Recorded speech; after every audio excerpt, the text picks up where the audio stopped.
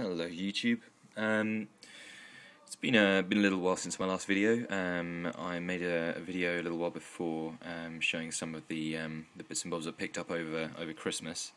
I did say that the next video I was going to do was to do with how I go about cataloguing my comic books using an Excel spreadsheet, and I think I'll probably save that for the next video, but I'll probably do it pretty soon anyway. Not getting too in too much detail about it, but I've had a bit of a bad week, to be honest.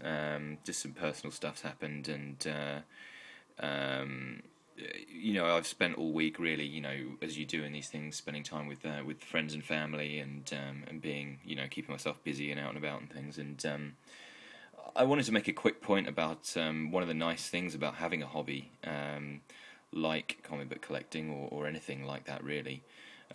Is that it gives you something to be passionate about and to look forward to and to focus on. When you are going through a bit of a tough time or whatever, obviously, you can't shut yourself away. You've got to be out and see people and things like that. But it's nice to have something like this, and it's nice to have a passion and an interest. And there's so many people that don't. They'll go home from work or whatever, and they just switch on the television, and there's really nothing wrong with that. But for me personally, anyway, I love sort of having my hobbies and interests and things, and it keeps me sane. So anyway, so I was having a pretty shitty week, and I was cheered up a bit actually when this arrived, because I completely forgotten I'd ordered it, and that would be Amazing Spider-Man number 45. It's a CGC 6.5. It's not the highest grade in the world, excuse me, but I basically it was a bid that I kind of won on eBay. I didn't really expect to win it. I put a very, very low bid on it, and happened to get it, which was great. And postage and packing was very reasonable, but because of the cheap postage and packing, it took quite a long time to come from America, and I'd completely forgotten about it, and then it turned up in the post, and it brought a bit of a smile to my face. So, just another way that this sort of thing can cheer you up. It's the third appearance of the Lizard. Not really a major key, but that cover's pretty sort of well known. Most of you guys should probably recognise it. One thing that I did notice is that it's quite nice having a range of CGC grades, actually. Obviously, although 6.5 isn't necessarily the most, it's not the highest grade, it's not, the best investment quality. Obviously, this is an older Amazing Spider-Man book, so it's still, worth a fair bit. But it's nice to have CGC grades across the board, because you can compare them to your own grading, and you can say, oh, actually, this is what they would class as a 6.5. And I know they're not gospel, but...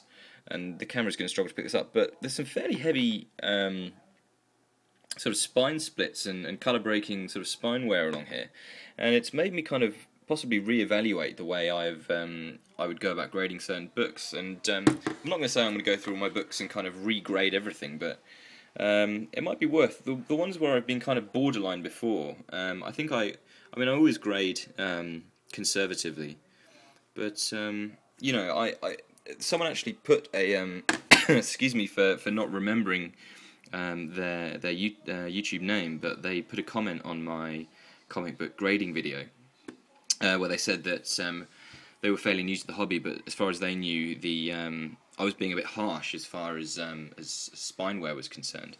And looking at this, you could well be right, because as I said, there's some pretty heavy spine wear here, and they're still calling it a 6.5, where I would have probably called that a 6.0, and possibly even lower.